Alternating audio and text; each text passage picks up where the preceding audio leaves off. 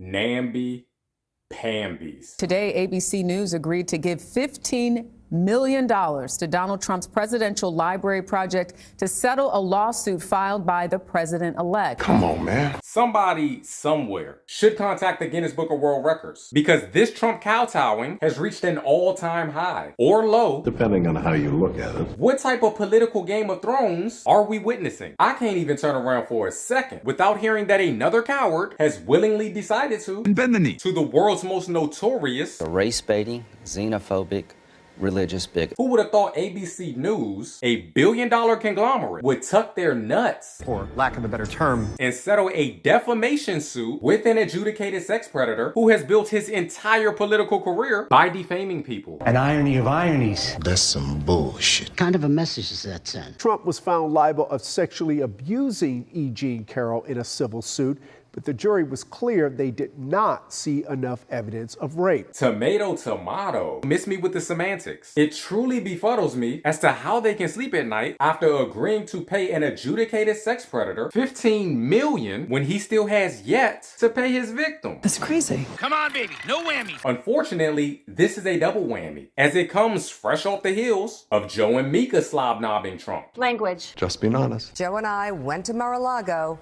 to meet personally with President-elect Trump. They clearly didn't waste any time breaking in their Trump-approved knee pads. Shoot, I'm betting they wore them long enough to make Stormy Daniels blush. Ew!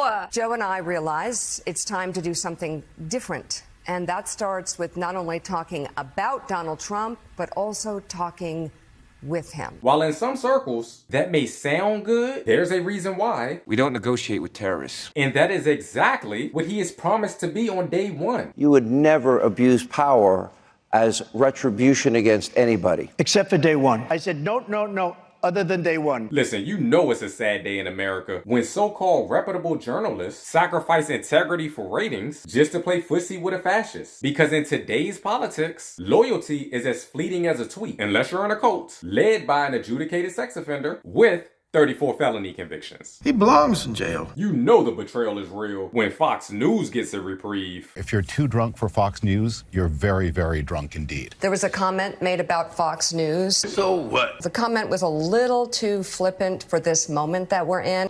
Right now, I just want to say there's a lot of good people that work at Fox News. Wait a minute, hold up. You mean to tell me Trump got y'all so shook that you're apologizing to the competition who epitomizes propaganda and political bias? So much so that they had to pay close to $1 billion as a result of some of that propaganda and political bias in a settlement that didn't even require them to apologize for the false and inflammatory statements that cost them close to $1 billion. You couldn't make this stuff up. At this point, I am certain that this jujitsu level of flip-flopping has less to do with bridging any divide and everything to do with staying relevant, staying rich, and staying out of jail. In light of Trump's plan to make the media his public enemy number one. You're not fooling anyone. Mind you, this is the same Mika Brzezinski that Trump once described as low IQ. Apparently, he can tell the truth after all. And even a broken clock is right twice a day. Look, if that doesn't burn your bridge of civility, then maybe, just maybe, tweeting that you're bleeding from a facelift should have. But hey, I guess it's hard to light that match when your husband's a recreant. I mean, it takes a special kind of milksop to want to pile around with the very same guy who tried to publicly shame your wife. What a pussy. Have you no shame? Now be clear, if there is one takeaway from this video, it is essential for you to understand. In no way, shape, or form am I opposed to Joe Scarborough having dinner with that man after disparaging his wife. Because believe it or not, I too would take that dinner. The difference being, I'm doing the cooking. I think you know what's on the menu. Nothing but hands and feet. Who wants dessert? But that's just me. Because for one, my integrity is not for sale. And secondly, I'm like Stevie Wonder. I ain't gonna stand for it, baby. Nah. I ain't scared of you motherfuckers. Hey, thanks again for watching. Please do not forget to comment, like, subscribe, follow, all the above. Whatever you do, thank you for doing it.